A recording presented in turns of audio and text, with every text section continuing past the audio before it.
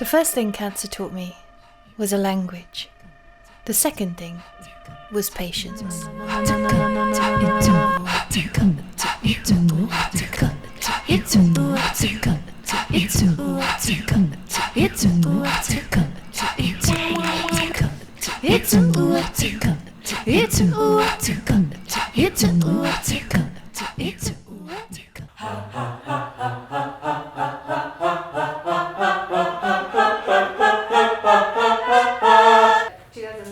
Where I got a diagnosis of cancer, and I, like everybody, lost my mind slightly at the whole information of all of it, overload of different forms of language that I suddenly was having to learn, like hospital talk, MRI, BRAC2, genetic, this, that and the other. I've got to try and explain and try and understand all this stuff, and my life literally depends on it, because unlike with other treatments where you break your leg, they just tell you what you're going to do. They put a plaster on it, hopefully a plaster cast. If anyone's scared, put a plaster on it, that's not good enough, okay.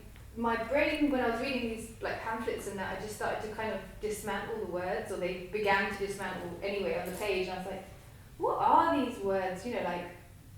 Something so familiar becoming really, really unfamiliar. And the more I took them apart and looked at each individual moment in the word, the more I realized that I was much like a lot of my life, I was actually skipping over a lot of the detail.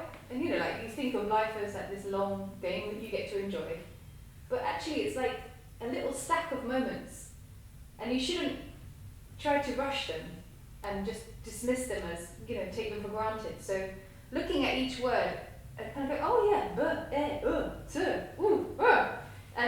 and trying to have fun with it, and leaning emphasis on some parts, trying to make the word actually mean something to me again.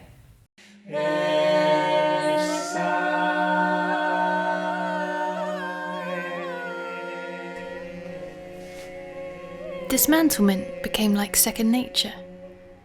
I was a surgeon or someone playing operation, spreading each word out on the examining table.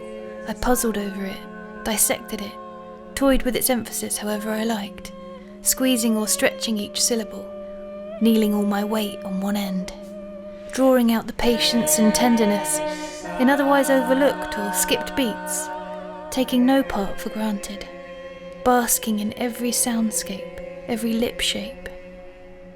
Turns out, a pretty word can be really quite ugly on the inside, just as a hard and forceful word can contain incredible tenderness if you take the time to find it.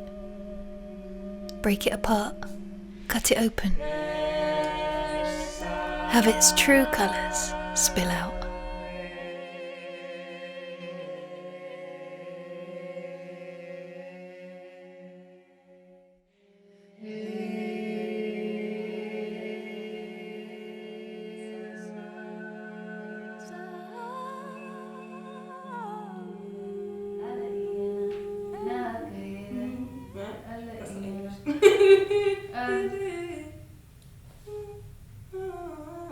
You should maybe be here already by now. Oh, sorry, not much. How's that? But let's then talk about that one in case we go on to it. Yes, okay. Okay? Yeah. Following? Me.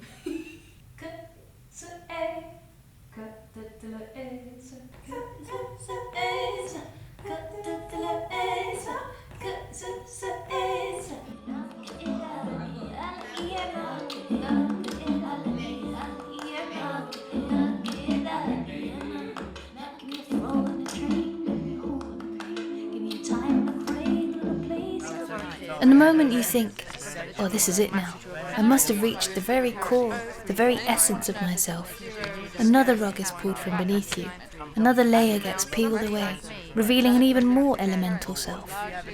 Not human, but not entirely uncivilized, not animal, but definitely primitive, not gendered because not physical, but then again, not entirely formless.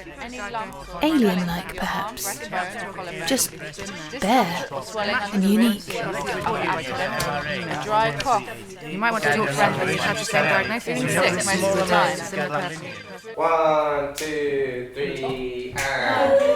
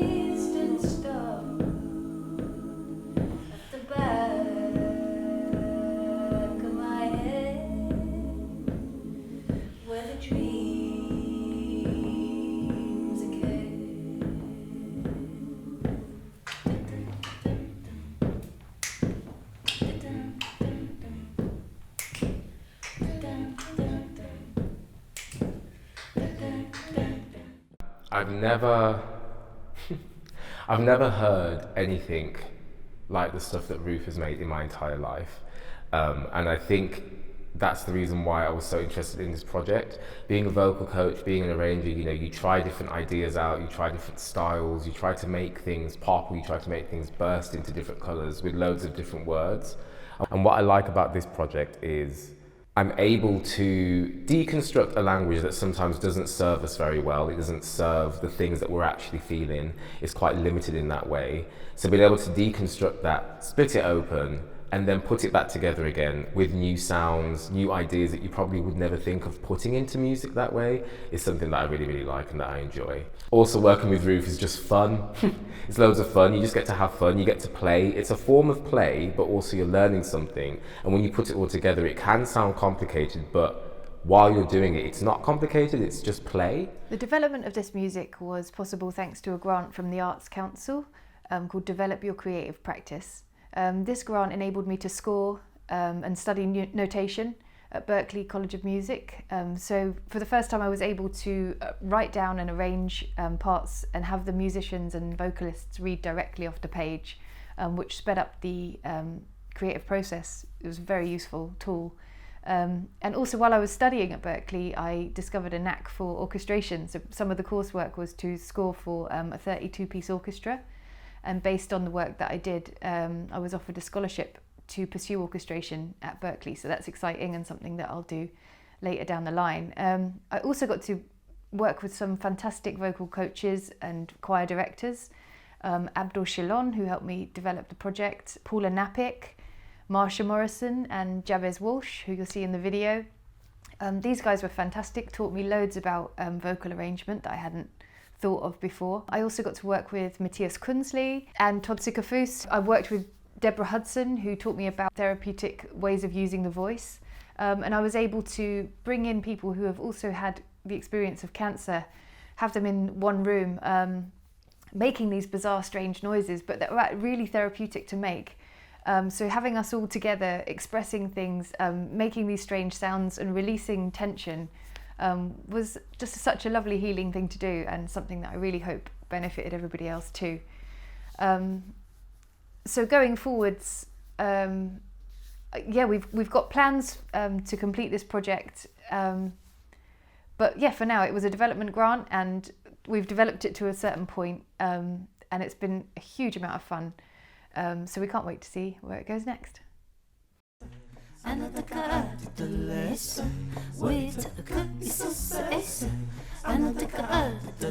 I guess I think of cancer a bit like a creature, cracking us all open and tossing away our shells for the simple purpose of its own survival. And all acts of survival are universal. Pain is universal. Love and life and death are universal. And when someone or something is universal, what language does it speak? It's a ho inaga and the air is it. It's a ho inaga and the air is it. It's and the lace. Wait, it's and the lace. Wait.